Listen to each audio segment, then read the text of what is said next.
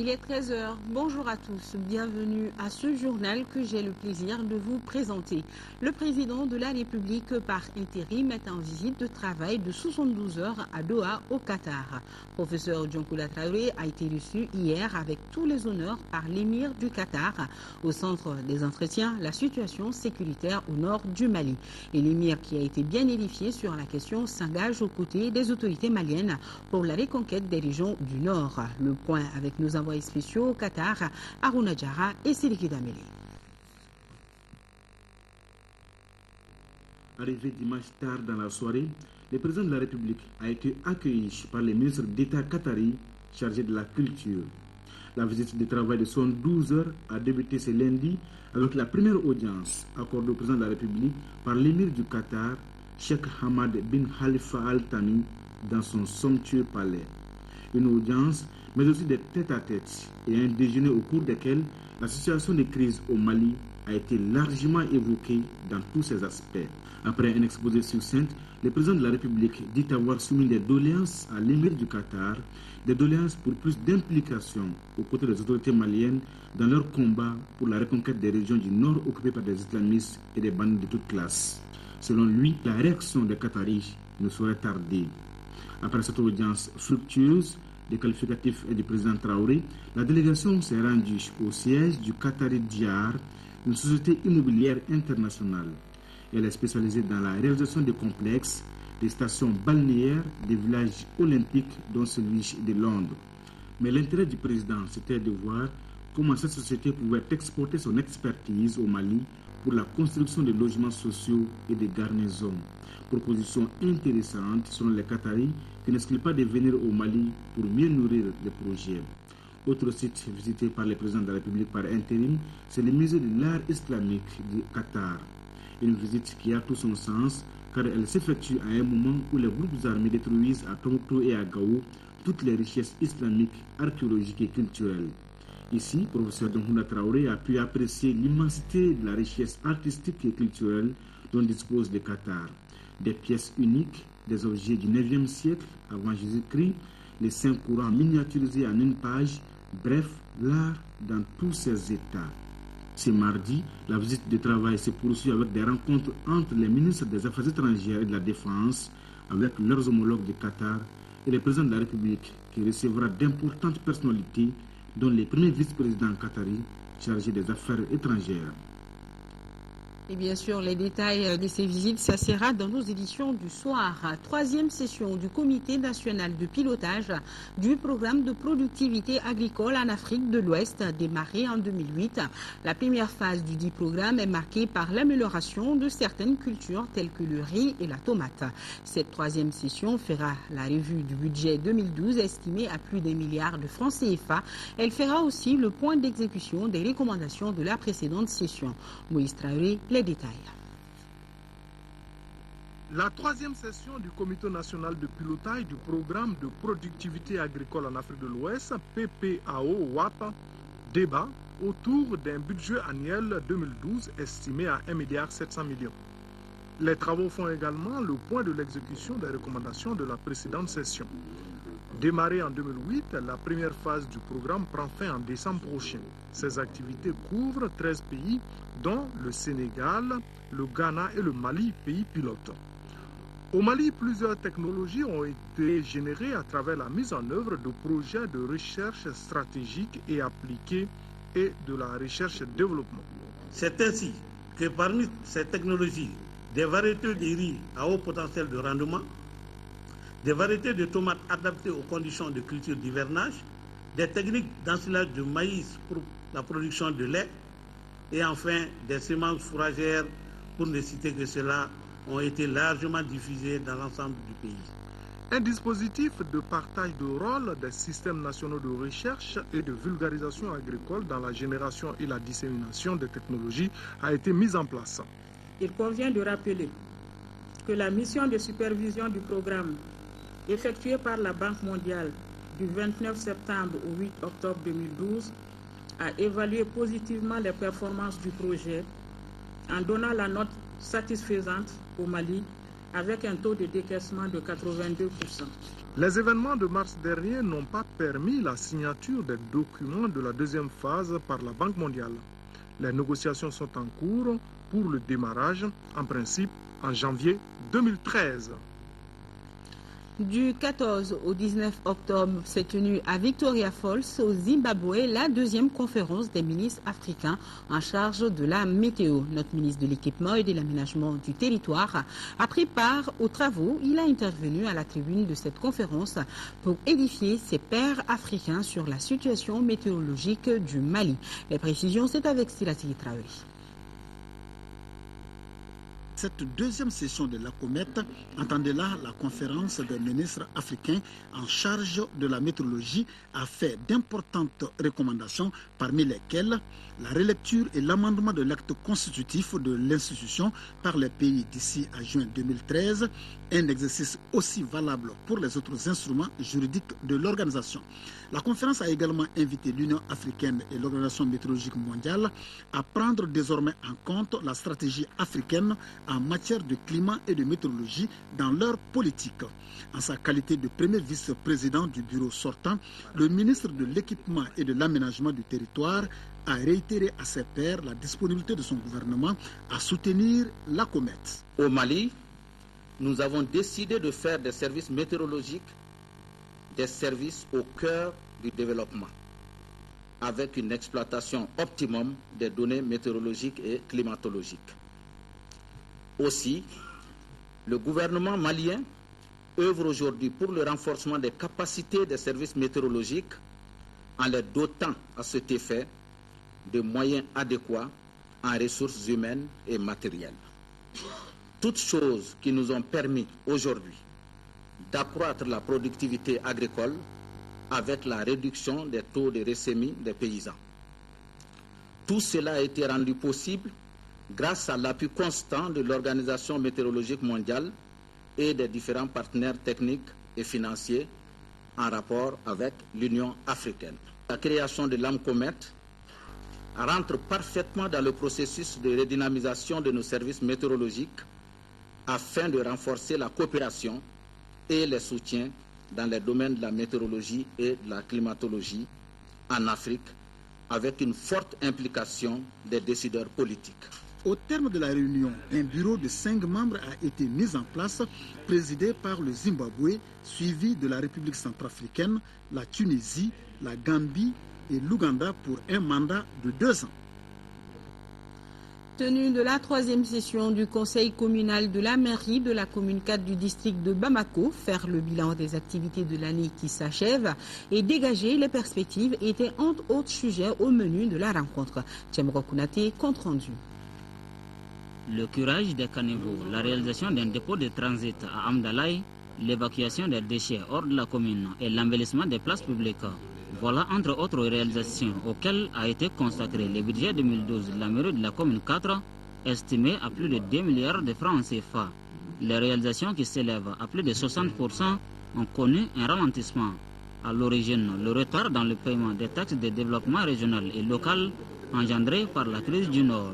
Nous avions la tradition de bénéficier du soutien de l'État sous forme de subventions. Compte tenu du contexte dans lequel l'État lui-même évolue, avec la baisse du budget de l'État, nous ne pouvons pas faire comme si de rien n'était. Donc nous avons décidé de compter essentiellement sur nos propres forces. Et nous faisons un certain nombre de paris. Nous avons lancé un certain nombre d'initiatives qui devraient nous permettre, je pense, d'accroître de manière significative nos ressources. Au regard de la crise politique et sécuritaire qui n'est pas sans impact négatif sur les ressources financières de la mairie, les autorités municipales ont décidé de revoir à la baisse les dépenses. Pour la poursuite des actions d'assainissement entreprises, la mairie verra renforcer ses capacités à travers l'achat d'autres camions de transport de déchets, en plus de celui dont elle dispose déjà. Comme grande initiative pour l'année prochaine, je pense que nous avons des réalisations majeures que nous avons planifiées pour régler définitivement la question des déchets solides dans notre commune. Nous envisageons de lutter contre le chômage des jeunes, avec en cible 100 jeunes. Le présent conseil communal regroupant les autorités municipales et les représentants de la société civile s'inscrit dans le cadre des rencontres trimestrielles organisées au niveau des collectivités. Il s'agira au cours des échanges de proposer des pistes permettant une exécution correcte des prévisions. La fondation espagnole Tilecura vient de remettre un important lot de matériel de cuisine à l'Institut de formation professionnelle IFP tertiaire de Caille.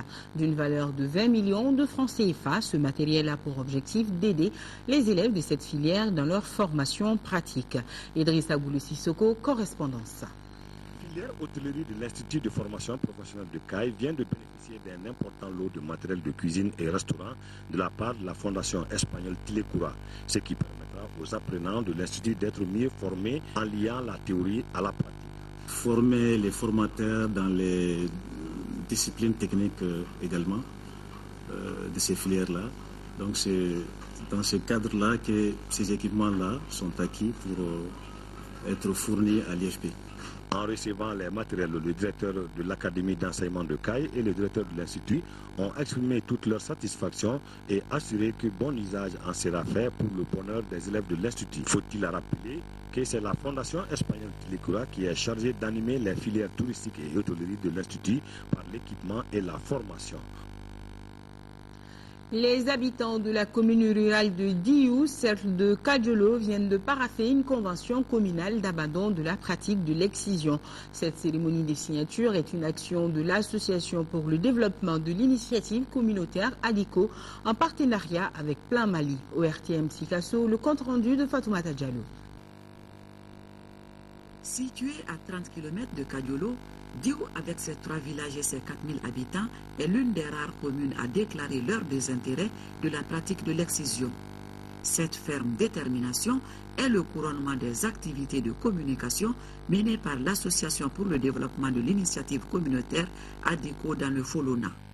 La convention communale ainsi élaborée est un document de 7 articles comportant toutes les dispositions requises pour la protection des filles contre cette pratique ancestrale qui, selon eux, cause plus de tort que de bien.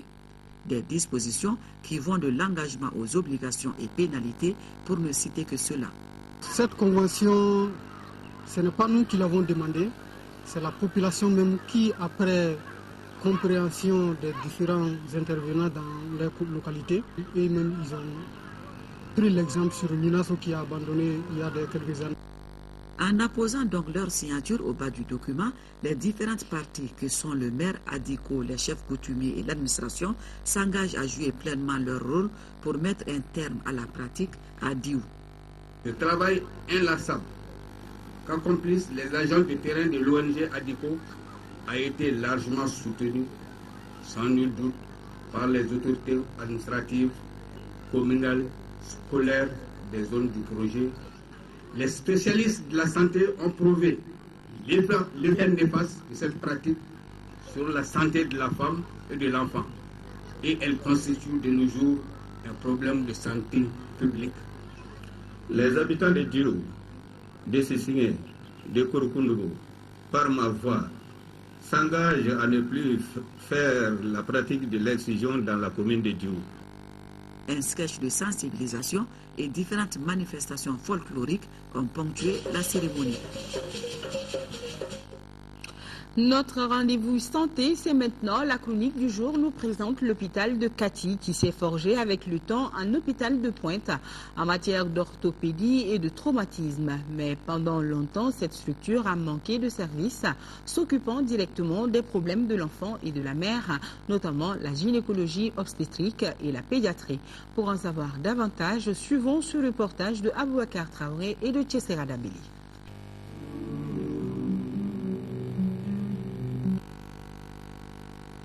L'hôpital de Kati est réputé pour ses activités tournées beaucoup plus vers la traumatologie et l'orthopédie. Aujourd'hui, seul l'hôpital au Mali à pouvoir placer une prothèse totale de la hanche avec un taux de réussite de 100%. La structure cherche à se racheter. Restée longtemps sans service de gynécologie obstétrique, voilà déjà 3 ans qu'elle s'est forcée à en avoir. Mais pour le moment, ce sont des gynécologues et un bâtiment flambant neuf qui attendent d'être équipés et occupés. Les soins après avortement sont assurés au sein de l'hôpital, au sein du service. Donc, en ce qui concerne les consultations prénatales, on fait les consulings, on fait les causeries débats. Mais étant donné qu'on n'a pas de salle pour l'instant pour les causeries débat, on le fait de façon individuelle. On est fiers de le dire, depuis qu'on a commencé, on a 0 cas de décès maternel pour l'instant. Ça fait 3 ans qu'on est dans ce service. En ce qui concerne les consultations postnatales et le planning familial, c'est exactement pareil. Ça se fait également en counseling individuel. Donc, on n'a pas une grande salle pour les causeries débat, mais ça se fait en counseling individuel. Et là, on est fiers de le dire, on a quand même un taux, on n'a pas évalué le taux exactement là où on est, mais on a un chiffre assez avancé de planning familial qui est accepté. Il y avait déjà une équipe chinoise qui était sur place. Et l'équipe chinoise avait déjà une grande part dans la prise en charge du planning familial. Pour le moment, pas de service de pédiatrie, mais cela ne saurait tarder, nous rassure le directeur général de l'hôpital. Quelque chose qui va venir après. Le pédiatre aussi, nous sommes en train de voir comment l'obtenir avant qu'on ait même le service. Le bâtiment lui-même, nous sommes en train d'abord, c'est à l'étude, voir comment le localiser. Même ces jours-ci, on en parle avec l'architecte, c'est voir où le localiser, ne pas trop l'éloigner du service de gynéco. Donc il y a un espace qui se trouve entre le service lui-même et les VIP. On peut l'implanter là-bas, ou bien aller un peu plus loin dans le ravin de l'autre côté. En attendant, il est prévu que les pédiatres travaillent dans les bâtiments déjà disponibles. La création effective du service de pédiatrie permettra de mettre un accent sur la gestion des problèmes de santé de l'enfant, notamment la malnutrition. Pour le moment, à quelques centaines de mètres de là, l'unité de prise en charge de la malnutrition de l'enfant au centre de santé de référence de Kati est débordée, nécessitant des efforts supplémentaires de la part de la plateforme de 6 partenaires luttant contre la malnutrition dans le district. Depuis le niveau communautaire jusqu'au niveau district, ils font les dépistages dans les villages, la prise en charge dans les CESCOM. Donc, ils assurent aussi cette prise en charge des transports de l'enfant et son accompagnant du village au CESREF et du CESREF au village, et la prise en charge des mamans aussi durant les séjours, et aussi bien que la prise en charge de l'enfant. La prise en charge est à 100% gratuite. Autres pathologies qui peuvent être associées à cette malnutrition, tant que l'enfant est là pour soins de malnutrition, toutes les pathologies associées, l'IRC prend en charge. Au centre de santé de référence de Kati, 20 à 30 enfants souffrant de malnutrition sont enregistrés par mois.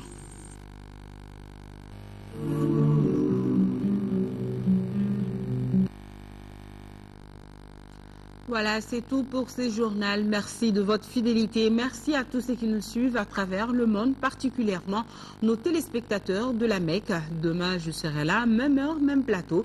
La grande édition du soir vous sera présentée par Sira Bachili. Merci de rester de cœur et d'action avec nos compatriotes des régions du nord du Mali vivant sous occupation. On ne les oublie pas.